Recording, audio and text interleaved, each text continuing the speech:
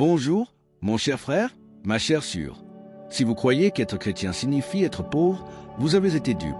Dans les prochaines minutes, je vais vous montrer pourquoi Dieu veut que vous soyez financièrement prospère et révéler ce qui bloque votre prospérité. Si vous voulez que Dieu transforme votre vie financière aujourd'hui, laissez un amen dans les commentaires en ce moment. Si vous regardez cette vidéo, ce n'est pas une coïncidence.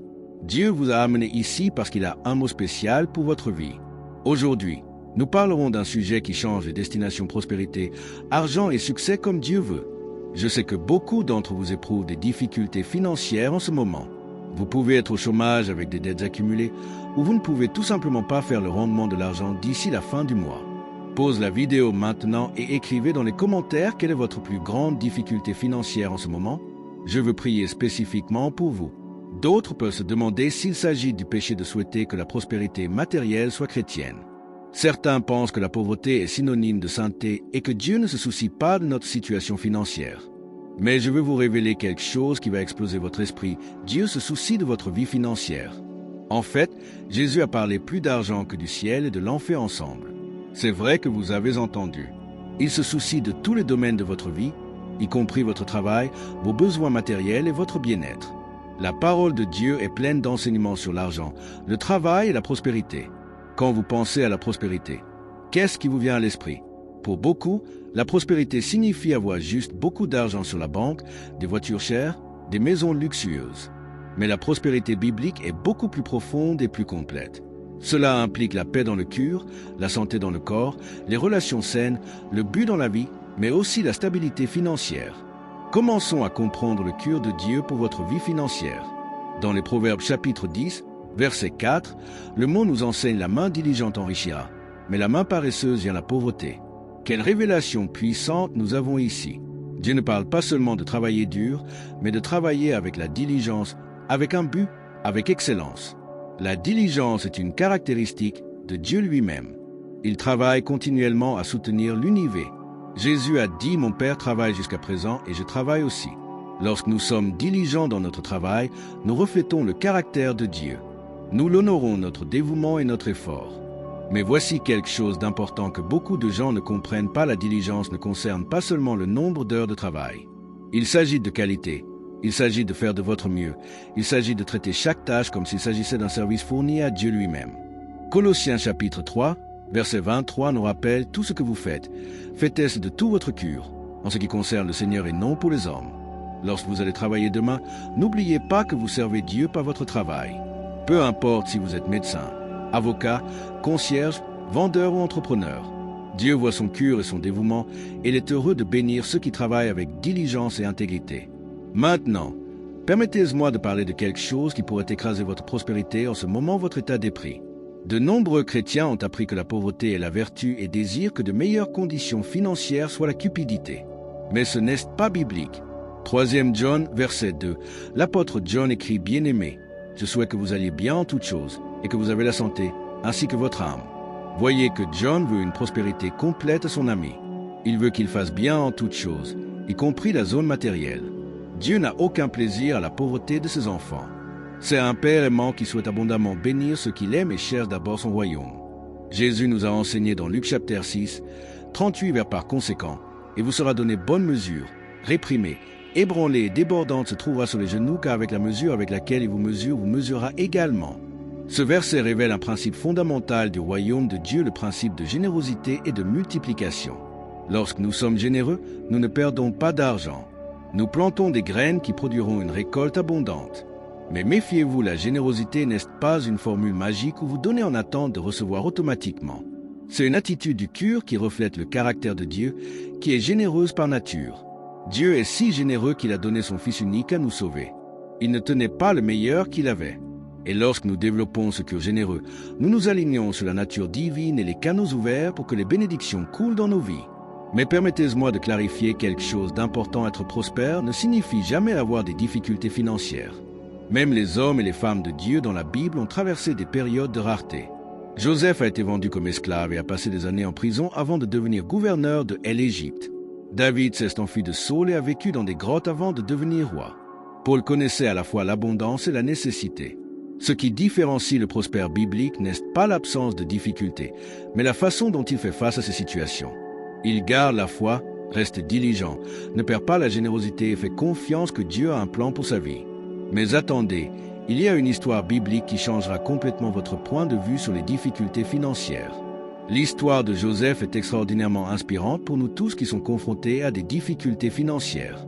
Il a été trahi par les frères eux-mêmes, vendu comme esclave et injustement arrêté. Mais dans chaque situation, Joseph a maintenu son intégrité et sa fidélité à Dieu. Il était diligent en tant qu'esclave chez Potiphar, était responsable en prison, et quand il a eu l'occasion de jouer les rêves de Pharaon, il a été préparé. La préparation de José ne s'est pas produite du jour au lendemain. Ce sont des années de fidélité dans les petites choses qui l'ont préparé à gérer toute l'économie de l'Égypte pendant les années d'abondance et de rareté. Jésus nous enseigne dans Luc chapitre 6, verset 10, celui qui est fidèle en peut être fidèle dans beaucoup et qui est injuste en peut être aussi injuste dans beaucoup. Si vous voulez que Dieu fasse confiance à plus de ressources entre vos mains, commencez à être fidèle à ce que vous avez maintenant. Même si c'est petit, gérez avec sagesse. Faites un budget, vos dettes, économisez même un petit montant. Cette loyauté ne vous prépare pas à en recevoir beaucoup plus. Un autre exemple puissant est celui du roi Salomon. Lorsque Dieu lui a offert tout ce qu'il voulait, Salomon a demandé à la sagesse de gouverner le peuple. Dieu était tellement satisfait de cette demande qu'il lui a donné non seulement la sagesse, mais aussi la richesse et l'honneur. 1 Kings chapitre 3 nous raconte cette merveilleuse histoire. Salomon a compris quelque chose de fondamental, la sagesse est plus précieuse que l'or. Proverbe chapitre 16 versets confirment il est préférable d'acquérir la sagesse que l'or. Lorsque nous recherchons d'abord la sagesse, Dieu ajoute toutes les autres choses. De quel genre de sagesse avons-nous besoin pour prospérer? Sagesse pour travailler avec l'excellence, la sagesse pour gérer nos ressources, la sagesse pour investir, la sagesse pour être généreuse au bon moment, sagesse pour reconnaître les opportunités que Dieu met sur notre chemin. La sagesse nous enseigne également l'équilibre. Premier chapitre 6 Timothée, le verset 17 prévient ordre aux riches de ce monde qui ne sont pas hautains, ni à l'espoir dans l'incertitude de la richesse, mais en Dieu, ce qui nous donne toutes choses pour en profiter. Le problème n'est pas d'avoir de l'argent, mais permettant à l'argent de nous avoir. Le problème n'est pas de prospérer, mais oublier qui vient à la prospérité. Lorsque nous gardons notre confiance en Dieu et non dans le compte bancaire, lorsque nous utilisons notre prospérité pour glorifier Dieu et bénir les autres, nous vivons avec la prospérité biblique. Souvent, notre difficulté financière n'est pas un manque d'opportunité, mais un manque de préparation. Dieu veut peut-être nous bénir, mais nous ne sommes pas prêts à recevoir. C'est comme un petit vase qui ne peut pas contenir trop d'eau. Nous devons élargir notre capacité à travers les connaissances, les compétences et le caractère. Proverbe chapitre 20 verset 4 déclare et par connaissance, les chambres de tous les biens précieux et agréables seront remplies. La connaissance est un outil puissant pour la prospérité. Investissez dans votre éducation, acquérir de nouvelles compétences, recherchez la sagesse dans votre région.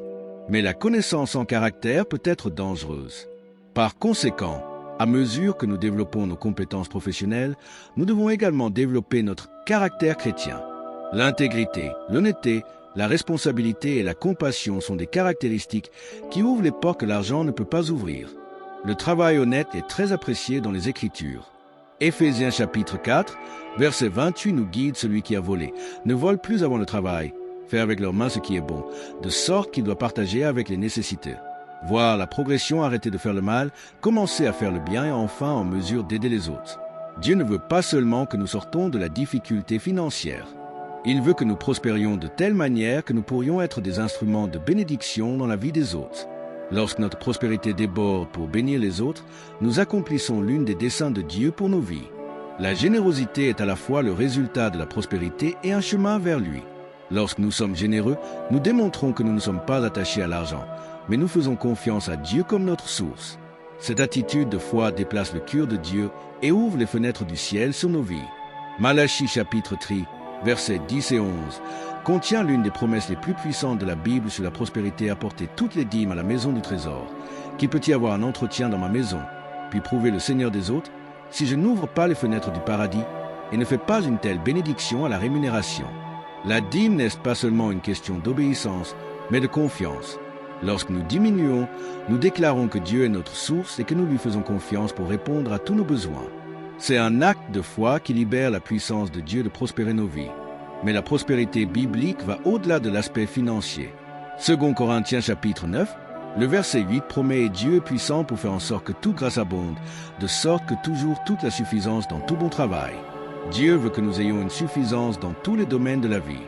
Bénéfice pour la santé pour atteindre notre objectif. Suffisance dans les relations pour vivre l'amour et la communion. Suffisance dans le domaine professionnel pour réaliser nos rêves. Suffisance financière pour vivre digne et bénir les autres. C'est la prospérité complète que Dieu désire pour ses enfants. Maintenant, permettez-moi de parler de quelque chose de pratique qui peut transformer votre situation financière, la planification. Proverbe chapitre 21, le verset 5 enseigne les plans du diligent donnent certainement un avantage. Dieu valorise la planification car elle démontre la sagesse et la responsabilité. Faire une planification financière sérieuse. Notez tous vos revenus et dépenses. Identifiez où vous pouvez économiser de l'argent. Fixez des objectifs financiers clairs et travaillez pour les atteindre. Dieu ne fera pas de miracle pour ceux qui sont irresponsables avec l'argent, mais il bénit abondamment ceux qui gèrent judicieusement. Vos dettes dès que possible. Proverbe chapitre 22, verset 20 avertit les riches dominent les pauvres et ceux qui empruntent est le serviteur de ce qu'ils prêtent. Dettes asservies et limitez nos options. Libérez-vous d'eux pour avoir plus de liberté à prospérer. Commencez à économiser et à investir, même si c'est petit. Proverbe chapitre 13, verset 11 enseigne la richesse du vin diminuera, mais quiconque la rassemble avec son propre travail l'augmentera. Une croissance financière saine se produit progressivement grâce à un travail honnête et à des investissements judicieux. Recherchez plusieurs sources de revenus. Les Ecclésiastes 7:11, le verset 2 conseille, DOP avec 7 et même avec 8, parce que vous ne savez pas qu'il y aura à peine sur la terre. Diversifier vos sources de revenus apporte la sécurité et accélère le processus de prospérité. Développez vos compétences en permanence. Dans un monde en constante évolution, ceux qui cessent d'apprendre sont laissés pour compte. Investissez dans des cours, lisez des livres, participez à la formation. Chaque nouvelle compétence acquise augmente sa valeur sur le marché du travail. Le réseautage est un autre outil puissant. Proverbe chapitre 18, verset 24 déclare l'homme qui a beaucoup d'amis nous fait ruiner, mais il y a un ami plus arrivé qu'un frère. Des relations saines ouvrent des portes d'opportunités. Soyez authentiques dans vos relations et cherchez toujours à ajouter de la valeur à la vie des gens. N'oubliez pas que votre attitude mentale est fondamentale pour la prospérité. Philippiens le chapitre 4, le verset 19 promet mon Dieu, selon ses richesses, fournira tous vos besoins en gloire par le Christ Jésus. Lorsque vous croyez vraiment à cette promesse, votre foi devient une force magnétique qui attire les bénédictions de Dieu. Remplacez les pensées de rareté par des pensées d'abondance. Au lieu de dire « je n'ai pas d'argent », dites « comment puis-je obtenir l'argent dont j'ai besoin ?» Au lieu de se plaindre de la crise, recherchez des opportunités qu'elle peut créer. Au lieu d'envier la prospérité des autres, vous êtes heureux et l'utilisez comme inspiration pour votre propre voyage. La gratitude est un autre élément essentiel de la prospérité. 1 Thessaloniciens chapitre 5, Dixit Guy Devers, en tout, remerciez, parce que c'est la volonté de Dieu en Jésus-Christ pour vous. Lorsque nous sommes reconnaissants de ce que nous avons déjà, nous créons de l'espace dans nos cœurs pour recevoir plus de bénédictions. Commencez chaque jour à remercier Dieu pour les bénédictions que vous avez déjà. Merci pour votre santé, pour votre famille, pour votre travail, le logement, pour la nourriture. Cette attitude de gratitude change votre point de vue et ouvre votre cœur pour reconnaître les opportunités que Dieu met sur votre chemin. N'oubliez pas non plus que la vraie prospérité comprend du temps pour se reposer et profiter de la vie. Ecclésiastes chapitre 3, le verset 13 nous rappelle et aussi que chaque homme mange et boit, et appréciant le bien de tout son travail, c'est un cadeau de Dieu. Dieu veut que vous travailliez avec diligence, mais veut aussi que vous profitiez des fruits de votre travail. Trouvez un équilibre entre travailler pour prospérer et vivre pour en profiter. La vie est bien plus que de l'argent. Des relations saines, des moments de loisirs, des expériences importantes et des objectifs de vie sont des aspects tout aussi importants de la prospérité biblique. Enfin, n'oubliez jamais que votre plus grande prospérité a été gagnée sur la croix du Calvaire. Jésus a payé le prix de ses péchés et lui a donné accès à toutes les bénédictions du royaume de Dieu. 2 Corinthiens chapitre 8, verset 9 déclare « Car vous connaissez déjà la grâce de notre Seigneur Jésus-Christ qui, étant riche, car vous êtes devenus pauvres de sorte que pour sa pauvreté enrichis. Jésus est devenu pauvre pour que vous puissiez être riche. Riche en pardon, riche en amour, riche en but, riche en espoir, mais aussi matériellement riche quand c'est la volonté de Dieu pour sa vie. Votre salut est la plus grande richesse que vous ayez, et tout le reste est un bonus qu'un père aimant veut donner à ses enfants. Mon cher frère, ma chère sœur, je veux que vous sortiez de cette vidéo avec une nouvelle perspective sur la prospérité. Dieu ne veut pas que vous soyez pauvre. Il n'a aucun plaisir à sa difficulté financière. C'est un père aimant qui souhaite abondamment bénir sa vie dans tous les domaines. Commencez aujourd'hui à appliquer ces principes bibliques à votre vie financière. Soyez diligent au travail, généreux avec les autres, sage dans l'administration de l'argent et fidèle à Dieu dans toutes ses décisions. Ayez confiance qu'il a un plan de prospérité pour votre vie, un plan qui va au-delà de ce que vous pouvez imaginer. Que Dieu bénisse votre voyage abondamment vers la prospérité biblique. Puisse-t-il multiplier le travail de vos mains, ouvrir des portes d'opportunité, verser la sagesse de vos décisions et faire de vous un instrument de bénédiction dans la vie de beaucoup de gens. Maintenant, avant de finir, je veux prier avec vous. Si vous m'écoutez et sentez que Dieu parle à votre cœur de la prospérité et de l'abondance, je vous invite à prier avec moi. Fermez les yeux, ouvrez votre cœur et allez ensemble devant le trône de la grâce. Père céleste, nous vous remercions pour vos promesses de prospérité et d'abondance. Seigneur, tu connais tous les besoins financiers, chaque rêve gardé dans le cœur et toutes les difficultés auxquelles nous sommes confrontés. Aujourd'hui, nous déclarons notre confiance en tant que notre source de disposition.